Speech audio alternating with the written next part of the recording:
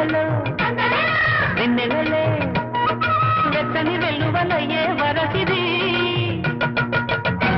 ఈ పల్లె మళ్ళీ మురళి విన్నది